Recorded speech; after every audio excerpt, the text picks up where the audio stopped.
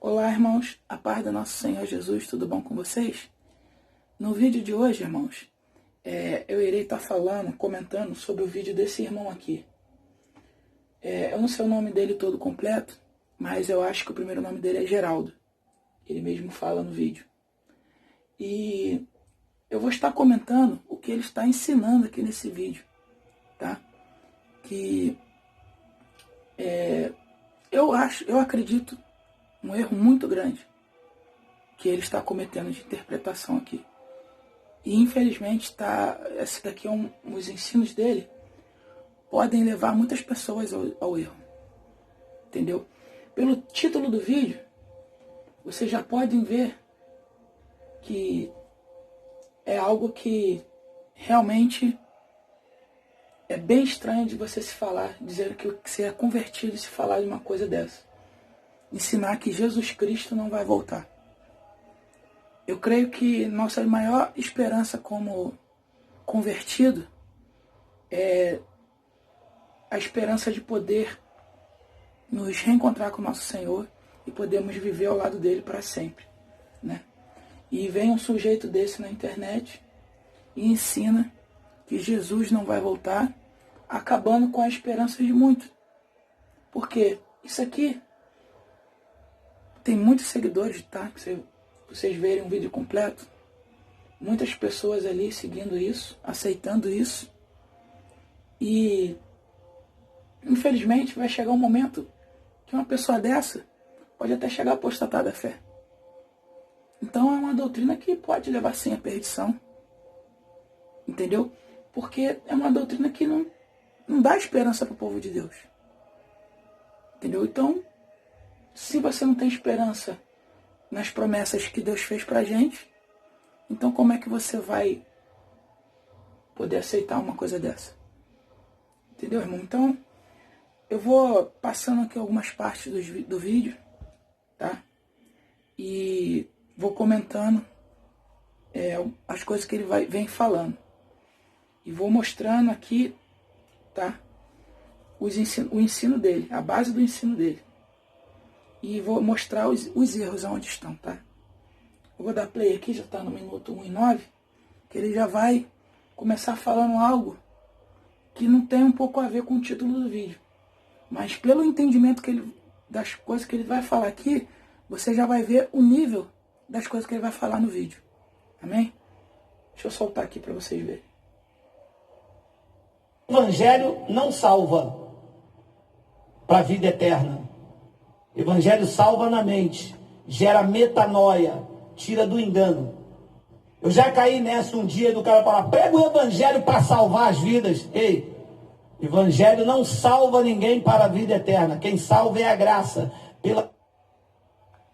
Então você vê, né, que eu não estou entendendo também qual é muito o entendimento dele para ele falar uma coisa dessa, um absurdo desse. Entendeu? Mas você vê que ele já anula uma passagem que diz assim em Romanos, no capítulo 1, no versículo 16, que Paulo diz assim nessa carta: pois não me envergonho do Evangelho, porque é poder de Deus para a salvação de todo aquele que crê, primeiro o judeu e também o grego. Então você vê que ele já anulou o que o apóstolo Paulo disse aqui. Porque o Evangelho está dizendo aqui, segundo Paulo, que salva sim. Entendeu? Uma pessoa fala uma coisa dessa porque não entende nem o que é Evangelho. Entendeu? Uma pessoa dessa não entende o que é Evangelho para afirmar uma coisa dessa. E não deve nem entender muitas das coisas que ele lê. Entendeu? Deixa eu dar prosseguimento aqui. Nós vamos agora pular aqui para o minuto 2. O tema desta pérola da graça é Jesus de Nazaré não vai voltar. Aqui ele fala o tema, né, do estudo dele, que ele já bota aqui no título do vídeo, né? E você vê que já algumas pessoas já deram glória a Deus lá atrás, né? Vamos lá, vamos analisar o conteúdo do que ele vai ensinar aqui. Minuto 3:18.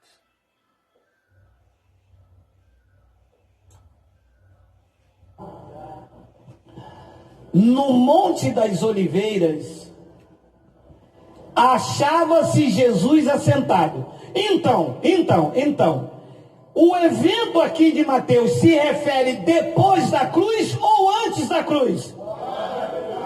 Mesmo que tenha sido escrito depois da cruz, o evento se reporta antes da cruz.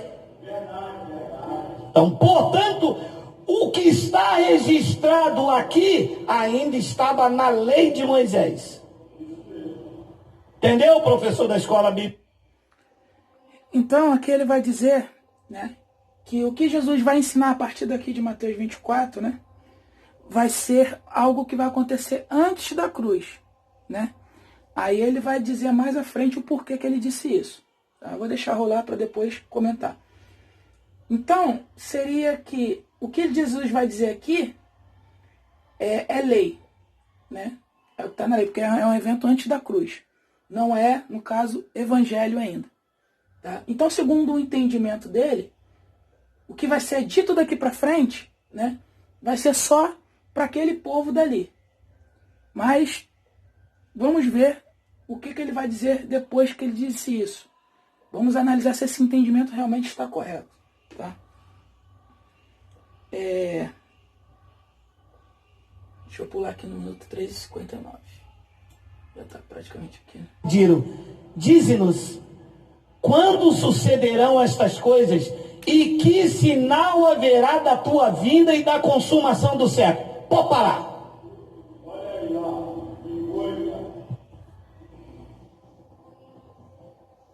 Quem é que os discípulos estavam pedindo um sinal da vinda de quem?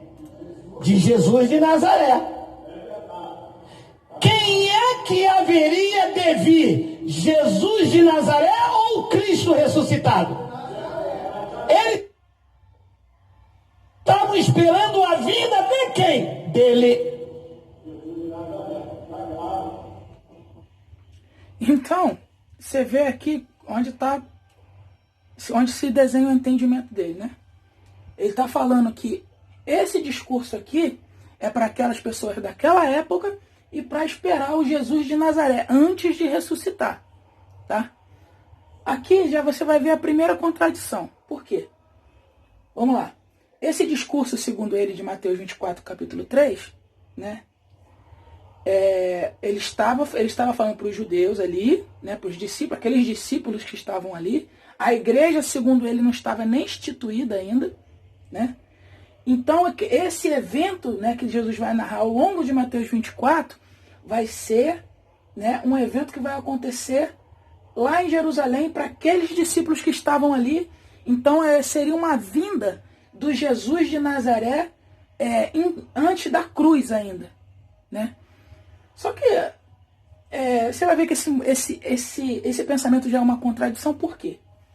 Primeiro, porque ele mesmo vai ensinar mais à frente depois que esses eventos aí se ocorreu no ano 70 depois de Cristo. Então, se eles estavam esperando o Jesus de Nazaré, né? Aqui é a vinda do Jesus de Nazaré antes da cruz, como que esse evento aqui ocorreu depois da cruz? Que 70 depois de Cristo é depois da cruz, depois da ressurreição de Cristo. Você está entendendo já qual é o primeiro erro aqui do pensamento dele? Não sei se vocês conseguiram entender. Ele vai dizer mais à frente que esse evento vai ocorrer em 70 depois de Cristo. Só que era para vir Jesus, para eles voltar, né, Jesus naquela época, antes dele ressuscitar. Então aqui você já vê a primeira contradição do ensino dele. Tá? Vamos continuar aqui.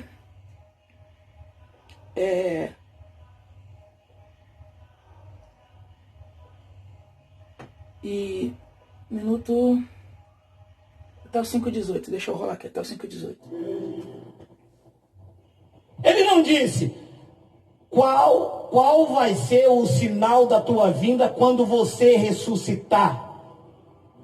Outra pergunta que eu faço nesse evento aqui: a igreja de Cristo está aqui? Não é que só existia a sinagoga? Lá em Antioquia, pela primeira vez é que eles foram de cristãos. Então você já viu aqui o entendimento dele, né? Aqui não tem igreja, Jesus aqui ainda não instituiu igreja, então por isso que esse evento é só para judeu, né? Os discípulos ali dele, né? Só que o que ele não entende também, né? Que eu já mostrei que isso é um engano, é que esse sermão profético de Mateus 24, vocês podem conferir aí, ele só vai terminar lá no capítulo 26. Então, Mateus 25 é contexto de Mateus 24. É o mesmo sermão, é só vocês lerem aqui. Ó. Olha o primeiro verso do capítulo 26. Tendo Jesus acabado todos esses ensinamentos, disse a seus discípulos. Ou seja, ele acabou todo aquele sermão que ele começou lá no capítulo 24. Aqui. E no contexto, né, aqui de Mateus 24, né, a gente vê aqui que em Mateus 25, né, que é o contexto de Mateus 24. É só vocês lerem o capítulo todinho. Podem ler, que você vai ver que ele vai fazer o sermão profético e depois vai dizer parábolas depois. Que é com relação à vinda dele. Né? As parábolas dele, que ele vai dizer aqui depois, em Mateus 25. Aí, olha só o que ele vai dizer no versículo 31 de Mateus 25. Quando vier o Filho do Homem na sua majestade e todos com... E os... Desculpa, irmão, deixa eu botar o óculos que está difícil. Quando vier o Filho do Homem na sua majestade e todos os anjos com ele, então se assentará no trono de sua glória. Calma aí. Ele não disse que esse evento aqui era para o Jesus sem ser ressuscitado? Esse evento todinho aqui de Mateus 24? A gente vê aqui que Jesus está, no mesmo contexto, dando parábolas para explicar o que vai acontecer em Mateus 24. Algumas coisas que vai acontecer em Mateus 24, essas parábolas explicam. Você vê que são parábolas que remetem para o contexto do fim. E ele fala que vai acontecer isso quando o Senhor Cristo vier, nosso Senhor Jesus Cristo vier em sua glória. Então aqui já está, você vê, o outro erro na interpretação dele. Entendeu? Que esses eventos aqui só vai ocorrer o quê? No Jesus Cristo ressuscitado. E não no Jesus Cristo que ele estava falando aqui sem ser ressuscitado. Entendeu? Vamos agora no minuto 6:30. O nome era Jesus de...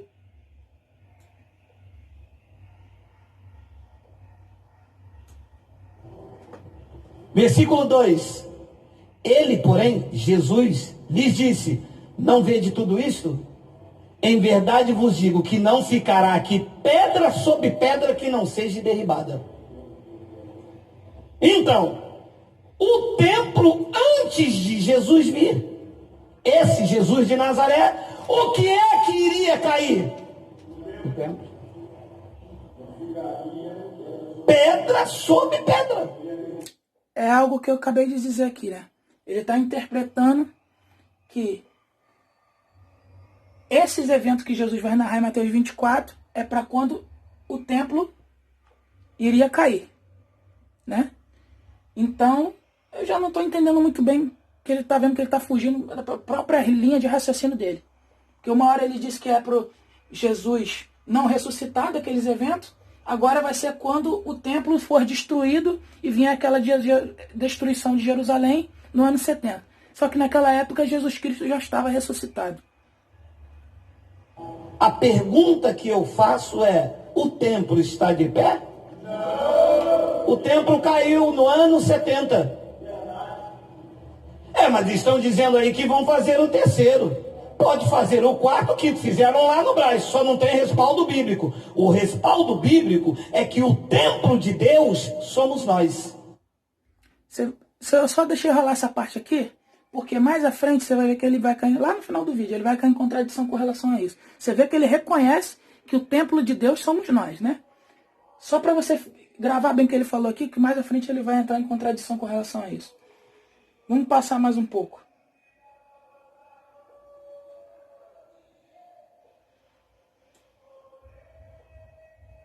Minuto 8 e 28.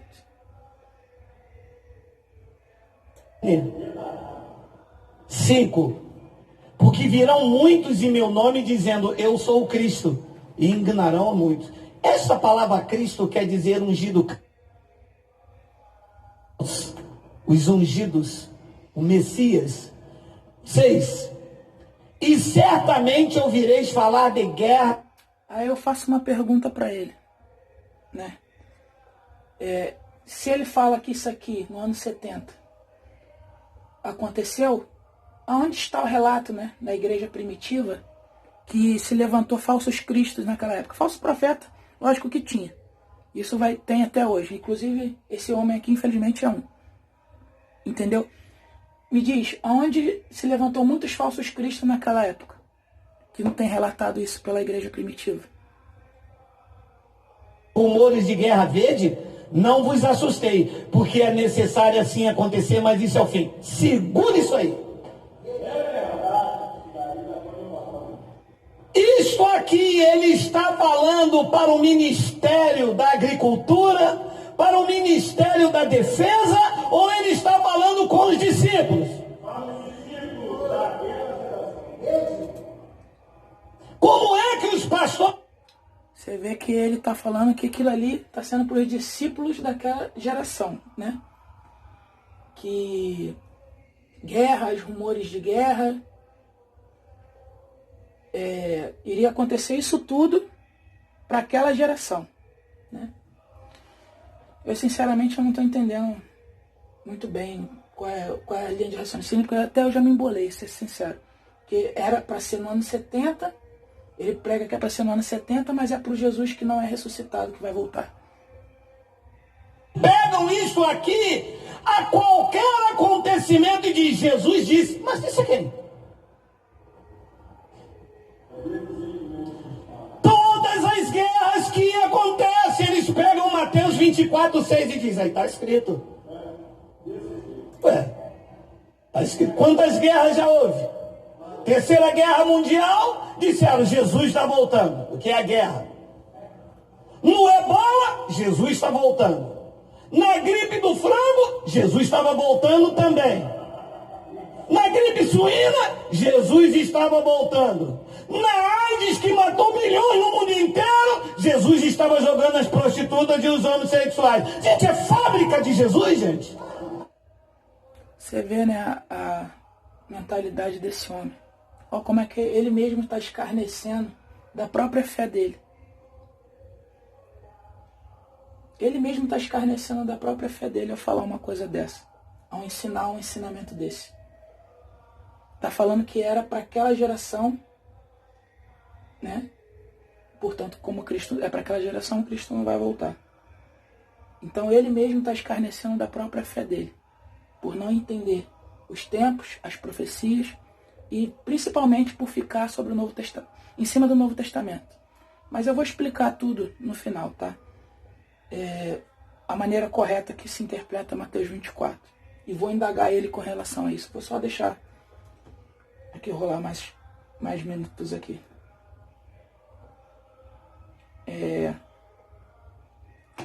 Minutos 10:43 agora.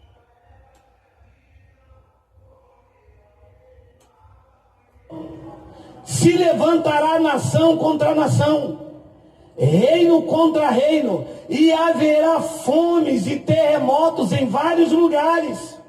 8. Você vê que ele não vai explicar, né? Haverá fome, guerra, terremotos em vários lugares. Vários lugares aqui, várias nações que vai acontecer isso. Entendeu? Isso aconteceu no ano 70, quando Jerusalém foi destruída, terremotos, fomes em vários lugares. Aqui, quando Cristo está falando isso, é em um âmbito geral, gente. A gente tem que ter isso na mente. Isso aqui é um âmbito que vai acontecer no mundo todo. É vários lugares. Você vê que ele não explicou isso. Ele passou. Vai ter muitas passagens que ele vai passar e não vai explicar. Aconteceu em vários lugares isso aqui. Está relatado na história. Naquela época do ano 70.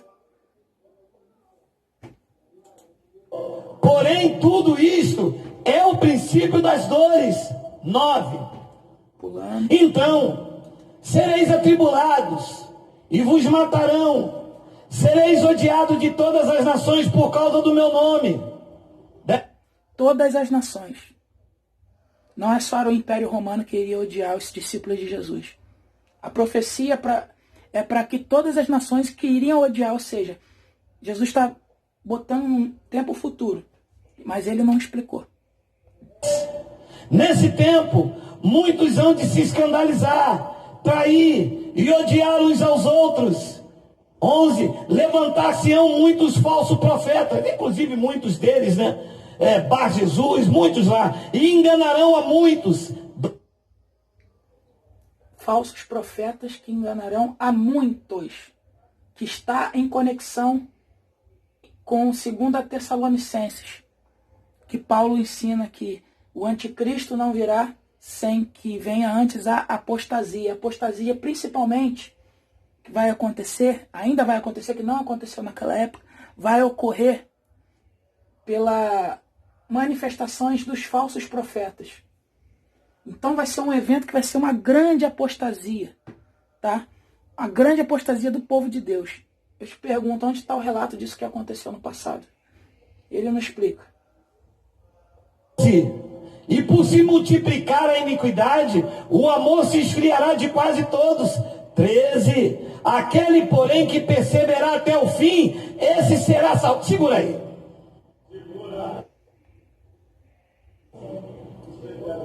Abençoado.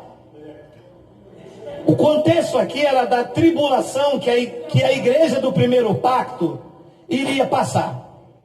Então quem perseverasse... Igreja do primeiro pacto? Eu quero saber onde está escrito uma coisa dessa. Que o termo igreja, que vem do grego eclésia, só veio surgir no segundo pacto, né? Que quer dizer congregação, ajuntamento de povos. Esse é o significado da palavra igreja. E na primeira aliança, o único povo que estava em aliança com Deus, né, eram os hebreus, a terra de Israel. Entendeu? Esse ponto tem mais coisas para te dizer, mas eu não vou ficar falando aqui muito do meu entendimento com relação a isso, porque senão vai estender muito o vídeo. Vou continuar aqui. E seria salvo daquela tribulação. Porque preste atenção, salvação não é por perseverança, salvação é por graça. Olha o absurdo que esse homem está dizendo, meu Deus do céu. Salvação não é por perseverança, ou seja, se você não perseverar até o fim, não entregar às vezes sua vida por amor de Cristo, você não vai ser salvo, é só graça. Como que um homem desse disse isso? Que se você perseverar na fé, perseverar não só em às vezes até dar a sua vida, mas também em lutar contra a sua carne, em guardar os mandamentos de Deus. Olha só que interessante que diz em Romanos, abrem aí comigo, Romanos 2, no capítulo 2, versículo 5. Olha só que interessante. Mas segundo a dureza do teu coração impetinente, acumulais contra ti mesmo ira, para o dia da ira, de revelação do justo juízo de Deus, que retribuirá cada um segundo a sua obra. O que ele vai retribuir cada um segundo a sua obra? A vida eterna, aos que perseverarem em fazer o bem, procurarem glória, honra e corruptibilidade. Você vê que quem procura glória, honra e incorruptibilidade vai ter o quê? Obra. Logo ele está o quê? Perseverando na fé. E vem um homem desse e diz que é só pela graça.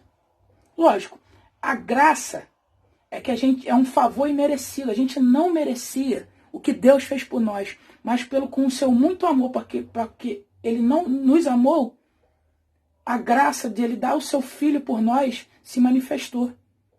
Então nós somos salvos por essa graça, por esse favor merecido, mas nós temos que o quê? Sim, perseverar até o fim.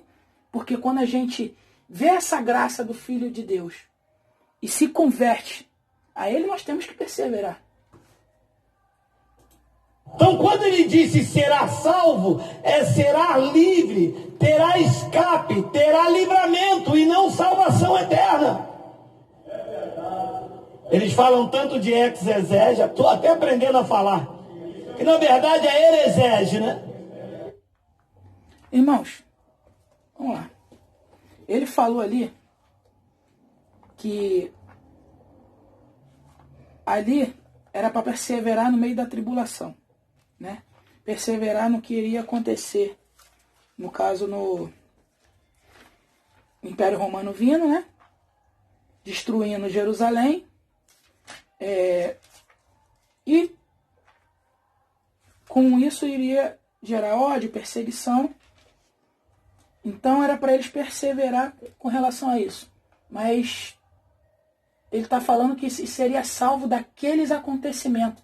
Para você perseverar, que você vai ser salvo desses acontecimentos. Que o povo, né, daquele que Jesus estava dirigindo essa pregação ali, que era só aqueles discípulos que estavam ali, de Jerusalém, é só isso, né? Que esse contexto aqui era só isso. Mas você vê, né, que Jesus vem alertando muito para esse acontecimento. Ele vem alertando muito as pessoas, não só daquela época, mas para as que iriam olhar para esses sinais, para eles perseverarem. Porque vai ser tão grande a aflição que vai estar acontecendo nesse contexto, que você vai ter que, às vezes, até dar sua vida por amor de Cristo e por amor do Evangelho. E ele está pegando isso e falando que era para se perseverar só por aquela coisa que iria acontecer. É esse o entendimento dele. Vamos continuar. 14. E chamou isso de heresia, né? Tu vê que ele fala heregese, né? Que vem de heresia. Eu, sinceramente, não entendo isso. Mas, vamos lá. Como eu te falei, né? Um senhor desse não entende nem o que é o Evangelho. Vou ser sincero. Não entende o que é o Evangelho. Para estar pregando uma coisa dessa, não sabe nem o que é transição de aliança. Os planos que Deus fez, ele não leu a lei e os profetas. Com certeza não lê a lei e os profetas para ter um pensamento desse. Porque a chave de você entender tudo que está no Novo Testamento, entender o plano e os planos de Deus e todo o plano que ele tem para a humanidade está na lei e nos profetas. Está tudo lá. Os ensinamentos de Jesus, a base dos ensinamentos de Jesus, quando você lê a lei e os profetas, você vê qual é a base do ensinamento de Jesus. De Paulo, de Pedro, que tanto nos alertaram para a gente fazer menção, né? Menção não. Ir buscar nos profetas a revelação. Porque está tudo lá. E ele, com certeza, não faz isso. Porque se ele entendesse realmente o que é evangelho, ele não iria estar ensinando uma coisa dessa. E será pregado o evangelho da graça. Esse está falando com os discípulos. Paulo não está nem ali. Lembra, eles estão sentados no Monte da Oliveira. E será pregado por eles, que era o evangelho da circuncisão, que foi dado a Pedro, a Paulo da incircuncisão, e continua sendo pregado até hoje. E será pregado este evangelho do reino por todo o mundo de então, para testemunha todas as nações, e então virá o fim. É o que eu acabei de falar. Ele não entende transição de aliança, o contexto de vida que Paulo foi chamado, o contexto de vida que Pedro e os outros apóstolos viveram. Irmãos, olha só. Quando Cristo morreu e ressuscitou e ascendeu aos céus, a nova aliança, ela foi estabelecida. Então, a nova aliança, ela tinha que tomar o lugar da antiga aliança. Isso se chama transição de aliança. E você vê que na nova aliança, abriu-se, né, a salvação para os gentios, né? Como a gente Acho que todos têm isso na mente, né? Sabem isso. Então, quando foi aberta essa salvação para os gentios, eles já tinham que entrar na nova aliança. Porém, aqueles judeus que se convertiam na nova aliança, eles tinham que não apostatar da lei. Porque naquela época ainda tinha templo erguido, sacrifício pelos pecados feito por um sumo sacerdote terrestre. Então, se você fosse um judeu circuncidado naquela época, e você cresce no evangelho e abandonasse algumas práticas dessas coisas, sem abandonar, você era tido como apóstata. Então, os judeus daquela época eles não poderiam fazer isso por causa da transição de aliança. Mas o evangelho, gente, é um só. Perdão. O evangelho é um só, tanto da circuncisão quanto da incircuncisão. Só que Paulo, ele foi justamente chamado para trabalhar no evangelho da incircuncisão. Nisso ele está até certo em falar. Paulo realmente ele foi um dos apóstolos que foi separado para trabalhar com o quê? Com os gentios que estavam se convertendo. Para que ele ensinasse que eles deveriam entrar na nova aliança, sem se circuncidar na carne. Porque Paulo sabia que a nova aliança, e os apóstolos também sabiam que a nova aliança iria tomar conta da antiga. Que aquele sumo sacerdote terrestre não iria mais estar valendo a expiação pelos pecados dele, mas sim do celeste. Isso está escrito ou não está escrito no livro de Hebreus? O livro de Hebreus é rico em explicar isso. O livro de Hebreus é rico em explicar isso, essa transição de aliança.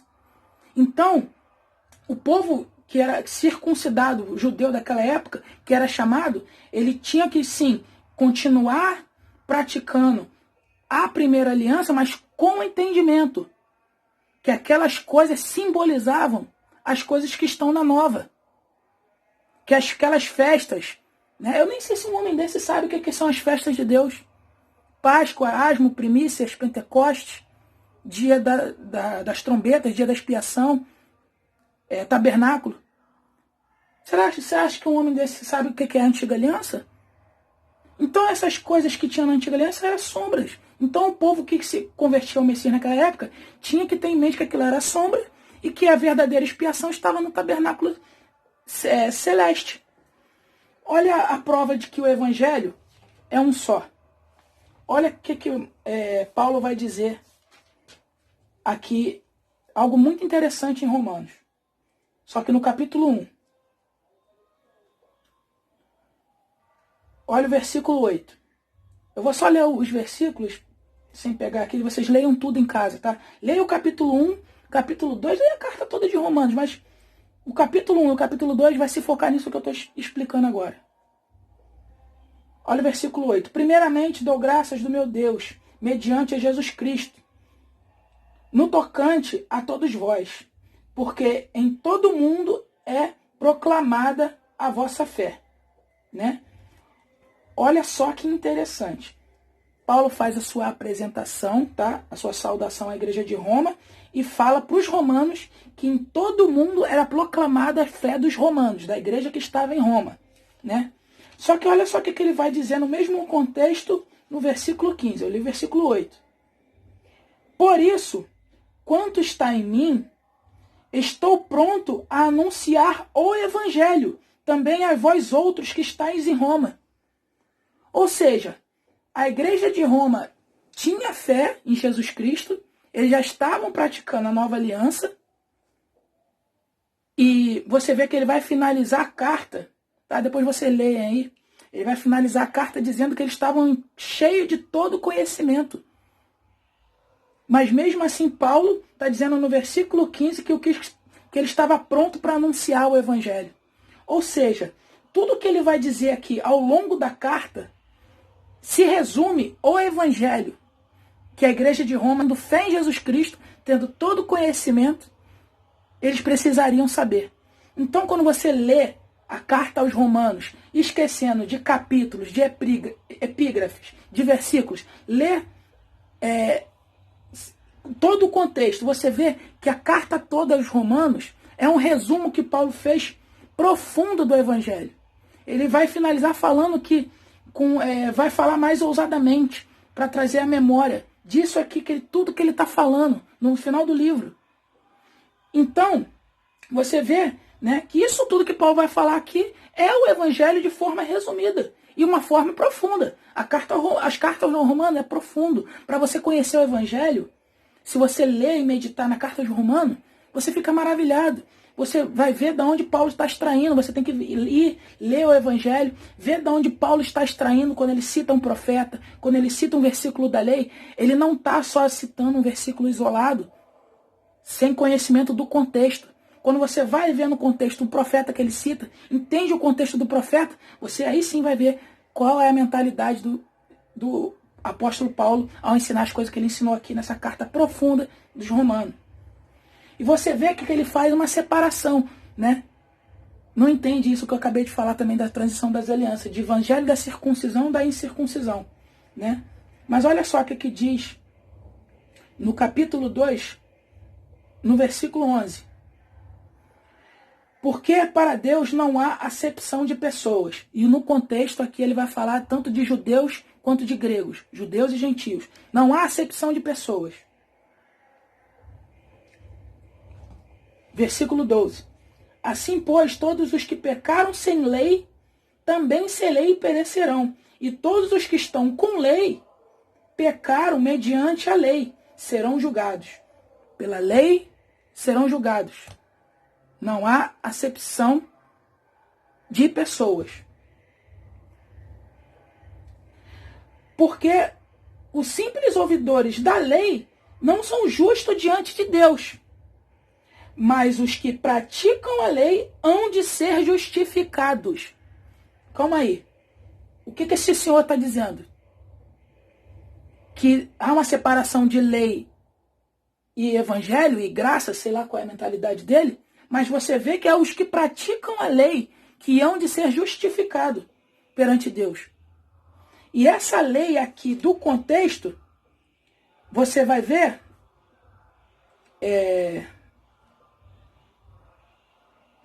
no versículo, olha só o que ele vai dizer no versículo 19. Tu está persuadidos que a guia de cego, luz dos que encontram em trevas, instrutor de ignorantes, mestres de crianças, tendo na lei a forma, a sabedoria e a verdade. Tu, pois, que ensinas outrem e não ensina a si mesmo, tu pregas que não se deve furtar e furtas.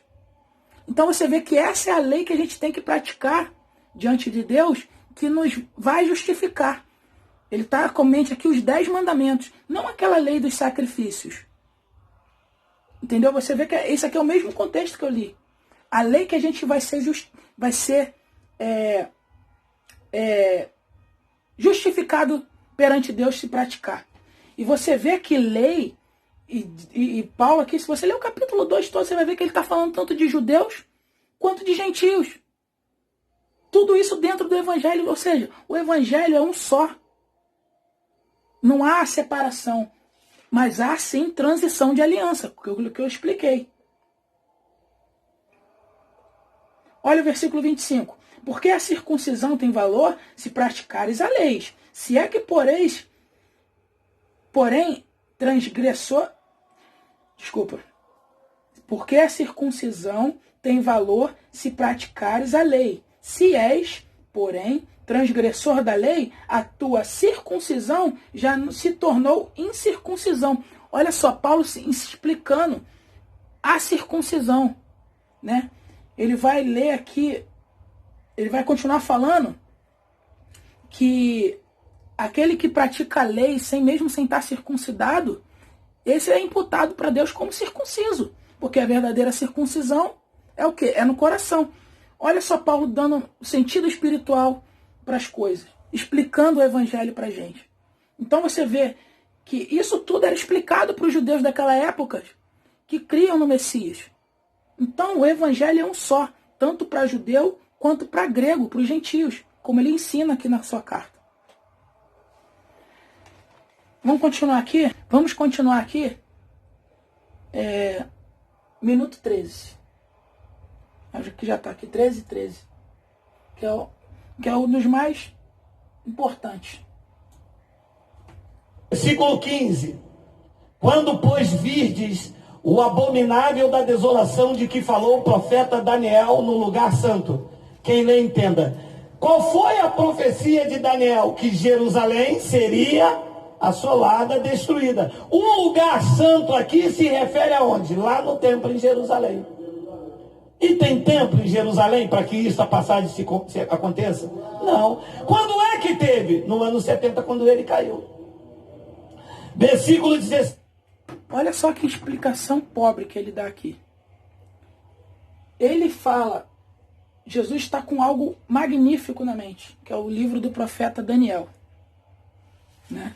Na mente. Se Jesus nos está ensinando, mestre dos mestres, está ensinando algo ali para os discípulos, né? Naquele contexto, né? Que eles deveriam olhar para o profeta Daniel, ele está levando a nossa mente para o profeta Daniel, para que a gente fosse lá e lesse. Olha o que diz a passagem que ele está lendo. Quando, pois, virdes o abominável da desolação de que falou o profeta Daniel no lugar santo, quem lê, entenda. Ou seja, Jesus está nos dando um link para o profeta Daniel para a gente poder ir lá e ler e entender o profeta Daniel. E quando Jesus Cristo fala desse abominável da desolação aqui, né, que vai estar no lugar santo, ele está apontando por um contexto histórico. Olha só, o livro de Daniel, ele é muito profundo. Ele é muito profundo, que se eu fosse explicar aqui o que estava tudo na mente de Jesus Cristo, o vídeo ia ficar enorme. Eu vou tentar aqui resumir, mas o mínimo que ele deveria ir fazer é ir lá no profeta Daniel e explicar algumas coisas do contexto do profeta Daniel. Cadê que ele foi lá e explicou? Por que ele não foi lá? No profeta Daniel está só testemunhada a destruição de Jerusalém? Que explicação é essa, pobre? No profeta Daniel, no mesmo contexto que fala do abominável da desolação, tem a profecia das 70 semanas, que tem por finalidade, olha só, a finalidade da profecia das 70 semanas. As 70 semanas é uma profecia que muitos leem isso aqui e não entendem. Ela tem uma finalidade. Olha só.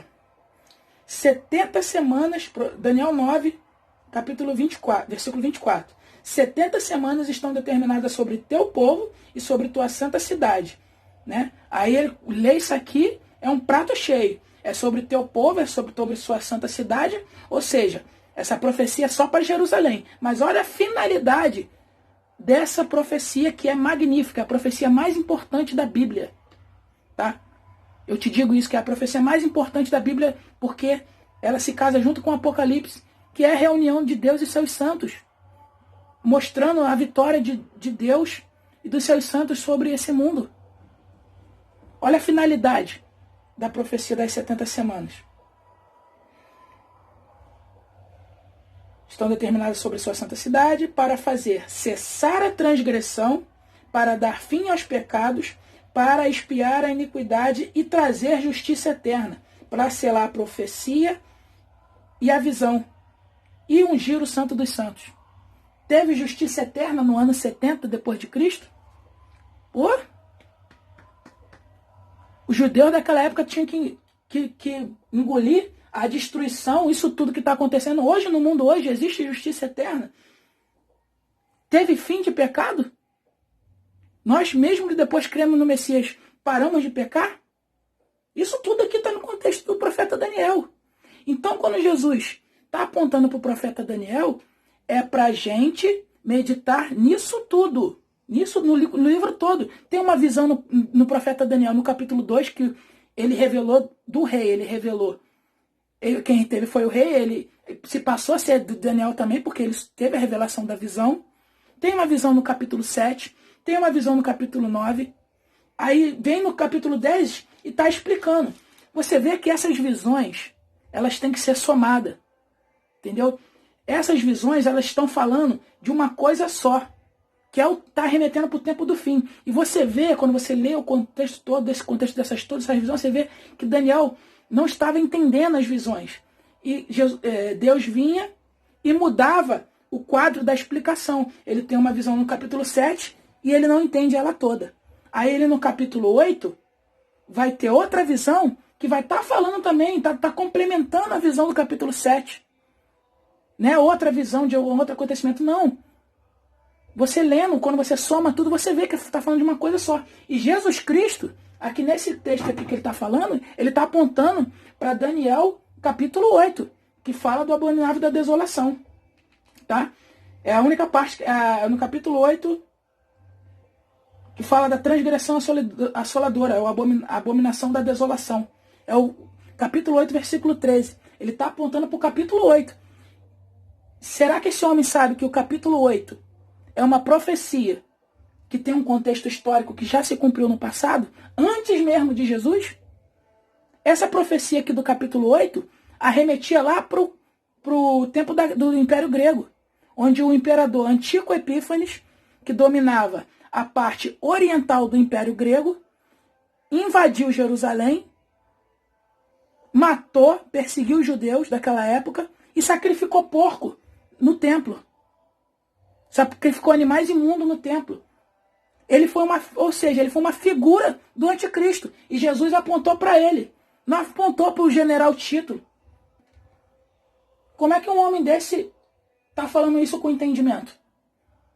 É falta de entendimento ou não é?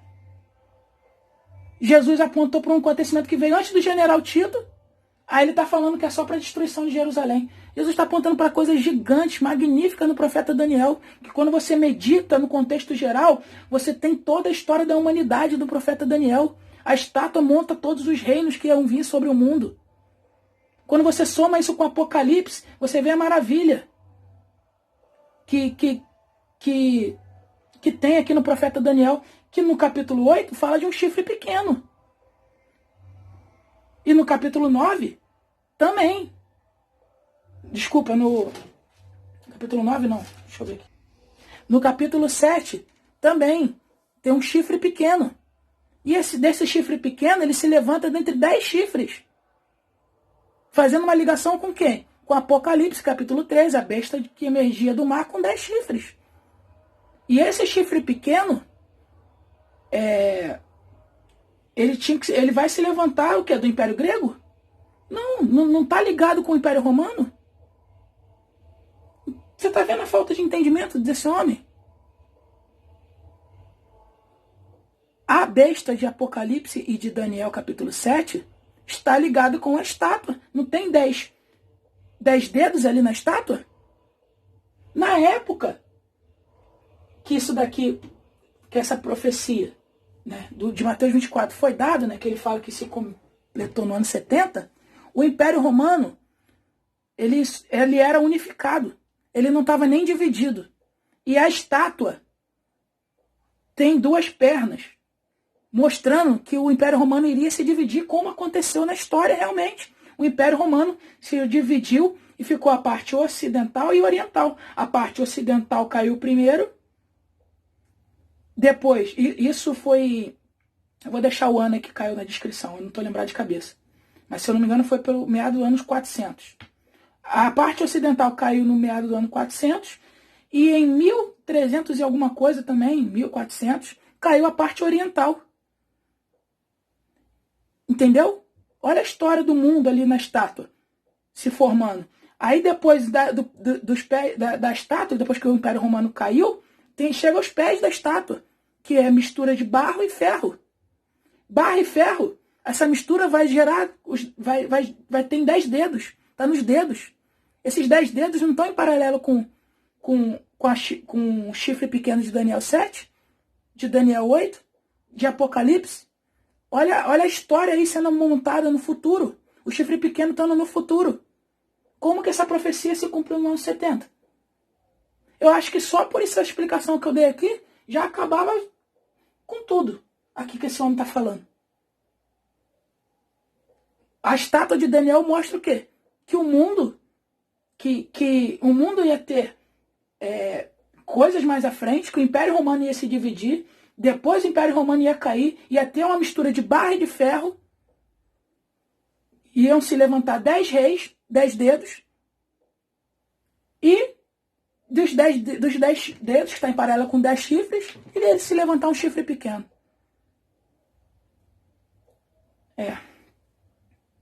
Vamos continuar aqui. Eu vou estar finalizando, irmão, o vídeo. Eu vou deixar na descrição, tá? O vídeo completo, vocês assistam. Eu vou estar finalizando o vídeo, porque já deve estar muito grande, tá? Porque eu acho que o que eu disse até agora já explicou muito bem o contexto de Mateus 24. Que só termina lá em Mateus 26, tá? Não é só Mateus 24, não. E quando Jesus está apontando para o profeta Daniel, está mostrando justamente que essa é uma profecia que remete para o tempo futuro, não para o ano 70. Mas vou mostrar só mais um erro aqui de interpretação dele e vou estar finalizando porque o vídeo já está muito grande. Tá? Minuto 19:50. Eu vou estar mostrando isso aqui, porque é importante essa parte aqui do vídeo. E se ajuntarão os abutres. 29. Logo em seguida a tribulação daqueles dias. Olha, eu já expliquei isso aqui. Tem um vídeo no nosso canal falando sobre isso. Isso aqui diz respeito às autoridades da época.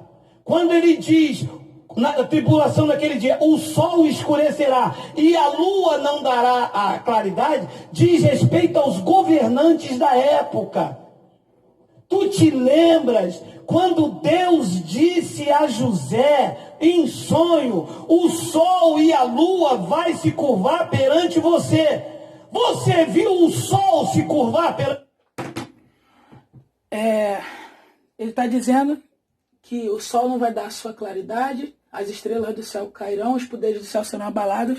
Ele está se falando que isso se remete aos governadores e aos sacerdotes daquela época, os principais daquela época. Olha, absurdo, gente, isso. Jesus acabou de apontar para o profeta Daniel, mostrando onde estava a base do seu ensinamento. O profeta Daniel. E isso aqui, essa passagem aqui que Jesus está dando, tem muitos profetas. Mas eu só vou ler um aqui. Profeta Joel, que repete essa mesma passagem aqui que Jesus está dizendo. No capítulo 1, a partir do versículo 13.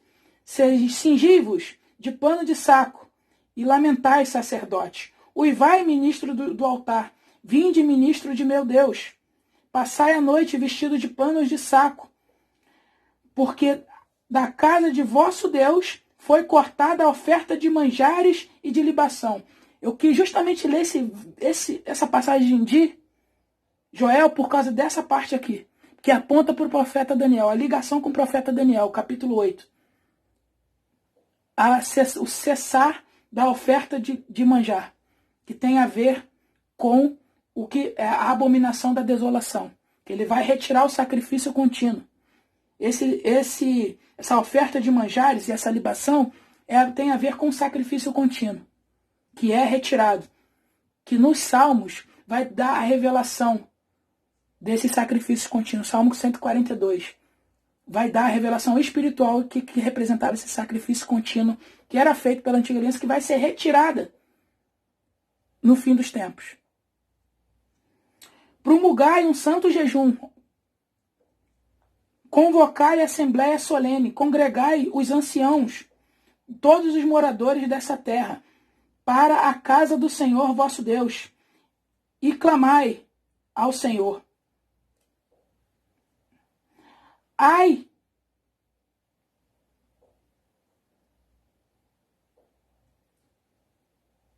Há daquele dia, porque o dia do Senhor está perto. Vem como consolação do Todo-Poderoso. Você vê que é um contexto do fim, né? Contexto profético. Aí olha só o que vai dizer no capítulo 2, no versículo 28, que é o que vai estar aparecendo essa passagem aqui. E acontecerá, depois que eu derramarei do meu espírito sobre toda a carne, sobre os vossos filhos e vossas filhas profetizarão, vossos velhos sonharão, vossos jovens sonharão e terão visões. Até os servos, até sobre os servos, derramarei o meu espírito naqueles dias. Tá horrível esse irmão já. Questão do meu óculos aqui que tá horrível. Mas vamos lá. Mostrarei prodígios no céu e na terra, sangue, fogo e colunas de fumaça. O sol se converterá em trevas, a lua em sangue, antes que venha o grande e terrível dia do Senhor. Ou seja, mostrarei prodígios no céu e na terra. Prodígios no céu e na terra. Sangue, fogo, coluna de fumaça. Ligada com o sol não vai dar sua luz, nem a lua sua claridade, e as potências do céu serão abaladas. Isso está se remetendo para um contexto de governante? Olha o que está ligado ao sol não dar sua luz e as estrelas do céu cair. Sangue e a prodígios é no céu. Prodígios aqui está no céu. Ou está na terra, que é governante. O prodígio aqui que a passagem está dizendo é no céu. Vamos continuar. Para finalizar.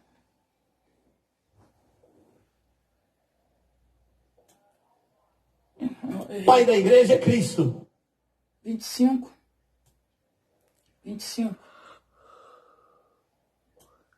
Outra epístola depois do ano 70. Jerônimo, um dos pais da igreja, disse que o Apocalipse foi escrito no ano 95. Apocalipse 11, para terminar. Versículo 1. Foi-me dado... Apocalipse é João, que está na ilha de Patmos. E um dos pais da igreja, cheirando... É assim que se chamam, pais da igreja, tá? Que eles não foram pais de nada.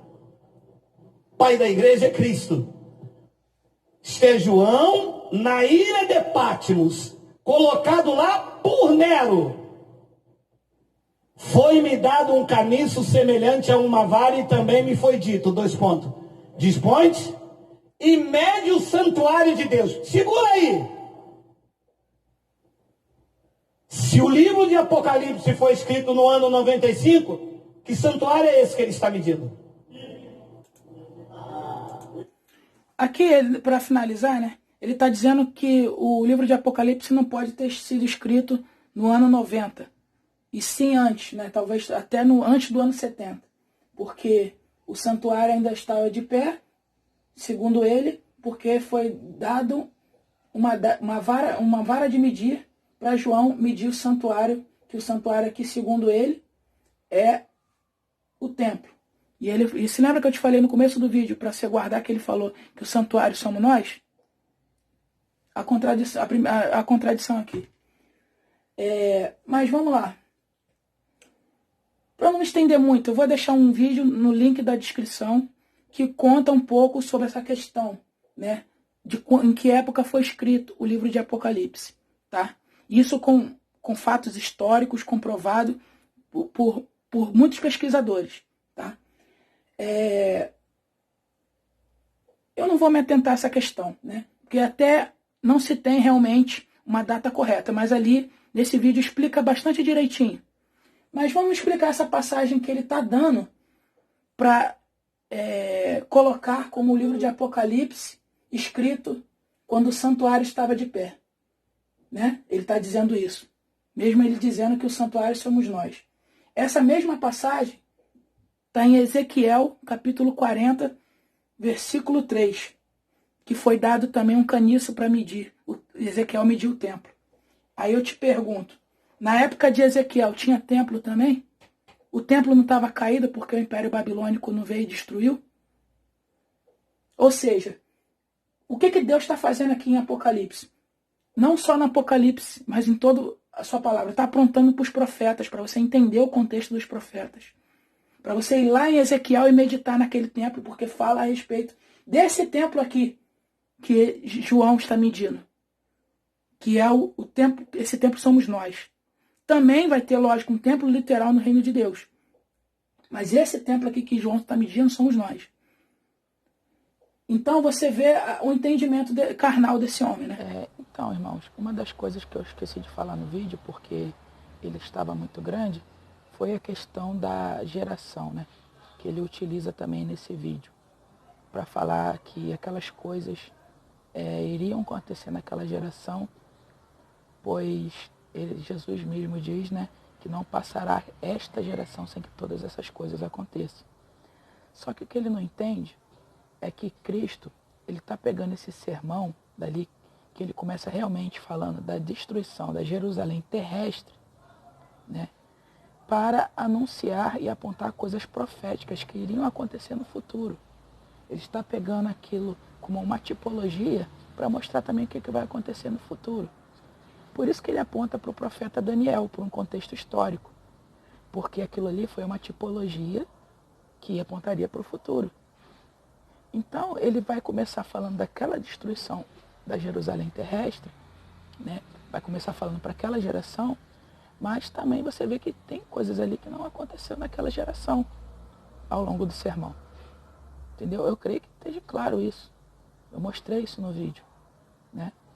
E uma das provas disso é que logo após que ele disse que não passará aquela geração sem que tudo isso aconteça, ele diz: passarão céus e terra, mas minhas palavras não passarão. Então, quando Jesus está dizendo isso, ele está dando um link também em Apocalipse, que ele mesmo iria falar em Apocalipse, né? Em Apocalipse, João fala que viu novos céus e nova terra. E isso está em conjunto com a Jerusalém que desce do céu. E todas essas coisas que acontecem num período de tribulação. E isso, irmãos, é literalmente. Isso não aconteceu naquela época. Entendeu? Então você tem que ter na mente todo esse quadro profético. Você não pode interpretar Mateus 24 só por Mateus 24. Jesus aponta para os profetas.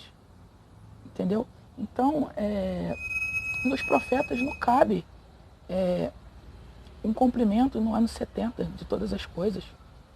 Quando Jesus está apontando para o profeta Daniel, você vê ali que tem também a profecia das 70 semanas, que está dando um quadro profético maravilhoso, irmãos. A profecia das 70 semanas, a contagem, ela começa a partir de um santuário terrestre. Deus utiliza o santuário terrestre para profetizar o quê? Para profetizar um santuário celeste. Ela vai começar num santuário terrestre, a qual vai abrir a contagem ali, né, na construção do segundo templo, e vai terminar num santuário celeste, com fim de pecado, com justiça eterna.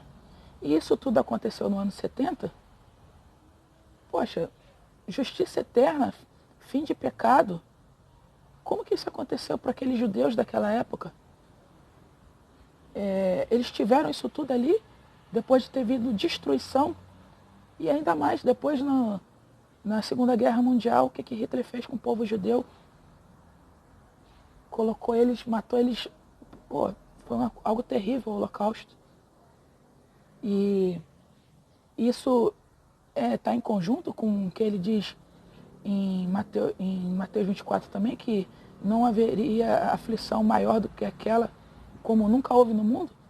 Para aqueles judeus daquela época, aquilo já foi uma grande aflição. Então você está chamando Cristo de mentiroso, porque veio uma aflição depois para os judeus no Holocausto. Amém? É só isso daí, o vídeo já estava muito grande, eu esqueci dessa parte. Então, é só isso para complementar. Então eu vou estar finalizando aqui, irmãos. Eu espero que vocês tenham entendido, tá? Os meus ensinamentos aqui. A gente tem que combater, tá? Esses tipos de ensinamentos, porque é doutrina de perdição, tá? Isso aqui também está na linha, né, do preterismo, né, que mostra que é uma linha totalmente errônea, que diz que tudo já praticamente se cumpriu, ou tudo já se cumpriu. Eu nem sei qual é o pensamento completo desse sujeito. Se ele diz que tudo já se cumpriu, se não vai se cumprir, mas ele está dizendo que Jesus não vai voltar. Se Jesus não vai voltar, então tudo já se cumpriu e a gente não tem que esperar nada, né? Então é triste. Tá um pensamento desse no meio da igreja e muito sendo levado para uma doutrina dessa totalmente errada. Que é uma doutrina de engano, que acaba com a nossa esperança, tá? E desviam muito da fé. Isso pode desviar muito, sim, da fé. Amém? Fiquem todos na paz do nosso Senhor Jesus e até uma próxima.